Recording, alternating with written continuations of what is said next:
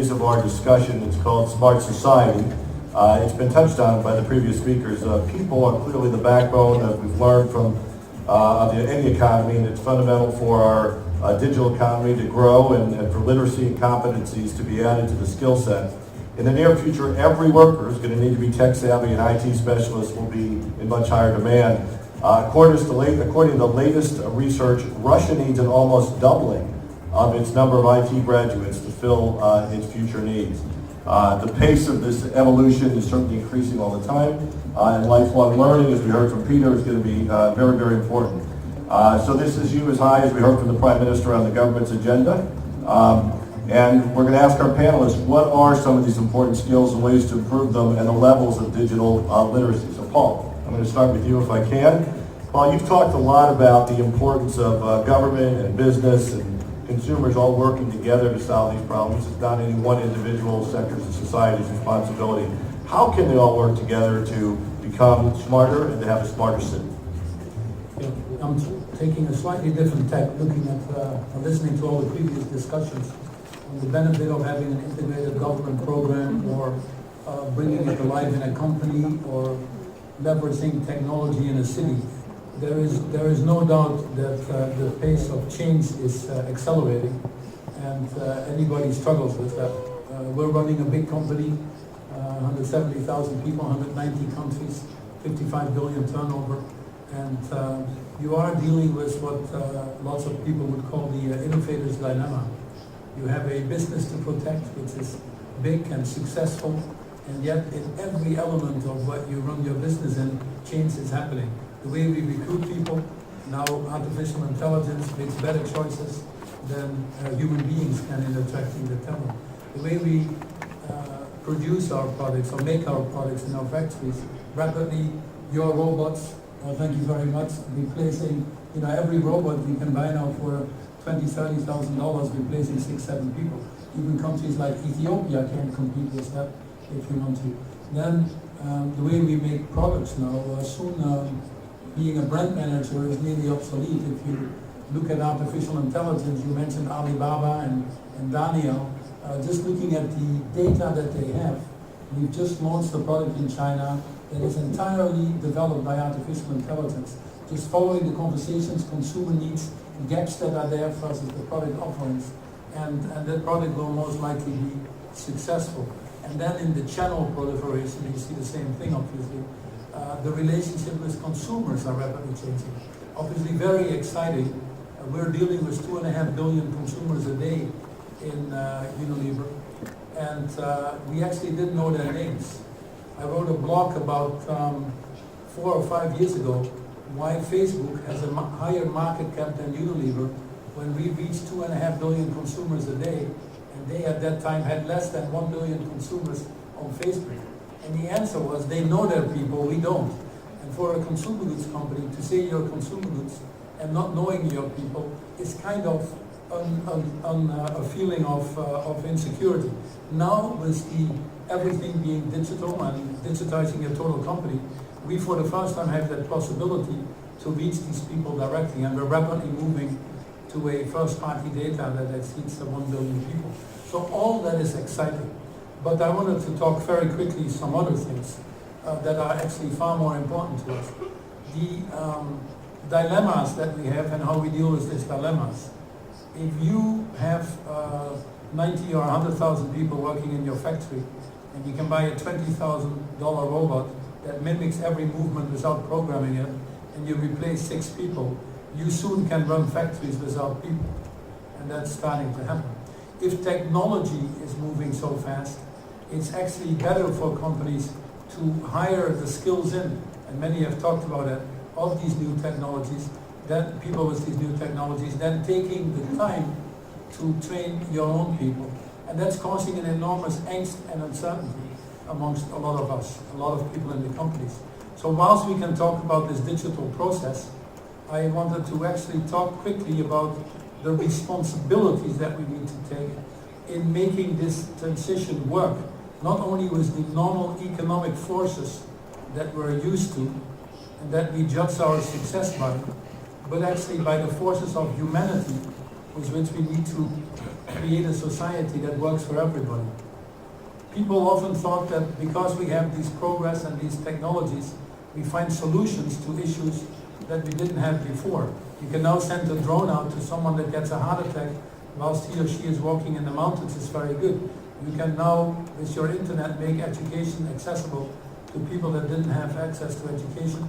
Is very good. But the reality of what is happening now are some things that need to be much higher on our agenda as we deal with these enormous opportunities. Trust in society is low, and it's actually getting lower. Technology is driving us apart, not bringing us together. Global governance is probably at one of its lowest points, and technology and the way we use technology has certainly something to do with that. So I just wanted to raise a few simple questions. It is a good thing that we can have driverless cars driving on highways that are lit up by solar power, but if that is meant to get us faster to work, when 85% of the people in this world feel disengaged at work, we have a problem. It is absolutely a good thing to get your smarter homes and get your nests installed and do all these other things. But if the major disease in society now is loneliness, we have a major problem. In fact, there are 50 billion likes sent around the world, but an average American has only one real friend they can talk to.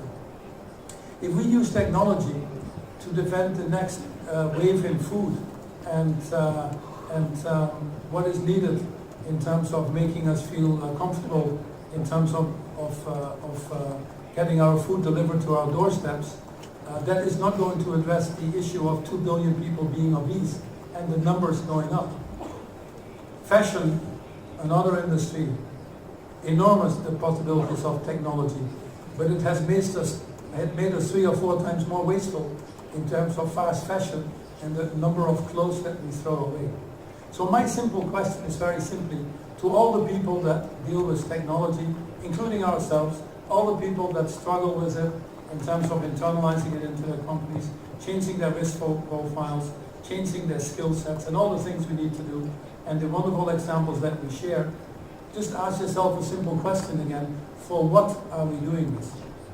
We introduced the Sustainable Development Goals in the world in 2015 that all countries signed up to, which are 17 wonderful goals that have a simple objective to irreversibly eradicate poverty and do that in a more sustainable and equitable way. Unfortunately, we're way off track to achieve that objective. Climate change pushing more people into poverty. Income inequality is going up. More and more people are left behind. So discussions on just transition as these industries change. Discussions on inclusion, true inclusion, that hopefully we'll see some when we talk financial inclusion with MasterCard. And industries that disrupt, taking broader responsibility for their impact across the total value chain is probably the most important thing we should be talking. Many companies just think, and especially if you're born in California and you become very quickly a billionaire and you're pushing your technology and you've never been to Africa or to some of the other parts of the world where people are desperately in need of some other things, you're absolutely missing the boat. So what we need to discuss far more is how we're going to use that technology and how we keep humanity in the middle. And that's true for people that run companies with our own employees as we change these social contracts, but it's even more important for society as a whole. Thank you, Paul, and you're right, responsible for technology. And some of the questions we teed up at the beginning, which is just because you could innovate, should you, and how do you do it to be inclusive, are things we all own and have to be responsible for. So the question from the internet, real quickly, if we can, it's more of an internal management question. You've been through a lot of change, and knowledge management systems are required. You've got older people and younger people, you're digitizing. How do you bring everybody along and not lose your purpose, which I know is also something very important to you? Yeah, it's not easy. So the first thing that you keep people on the same scale, and I don't have the answer to that, I can only give you some indications what we're trying to do. But the first thing is there is a bigger thing that people are trying to achieve. People join our company and have an engagement score that is very high. In most countries we're the preferred employers. We get 2 million people applying to us every year. After Google and Apple more than any other company. It's because we try to do things that are a little bit bigger than just taking care of ourselves.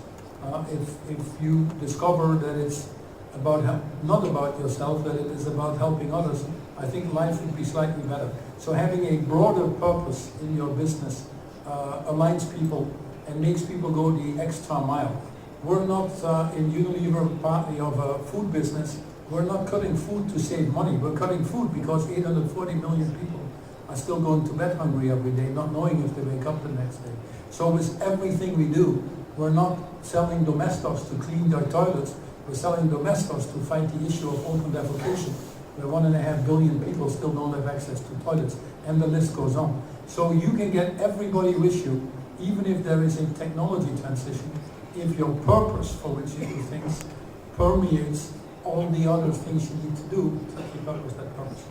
We have drastically changed the way we recruit. There's no question about it that the people that we now need to attract and enter into our company are a different profile than we would have had 5 or 10 years ago. We are very fortunate that half the people in our company now are millennials, and they're actually pushing it very quickly.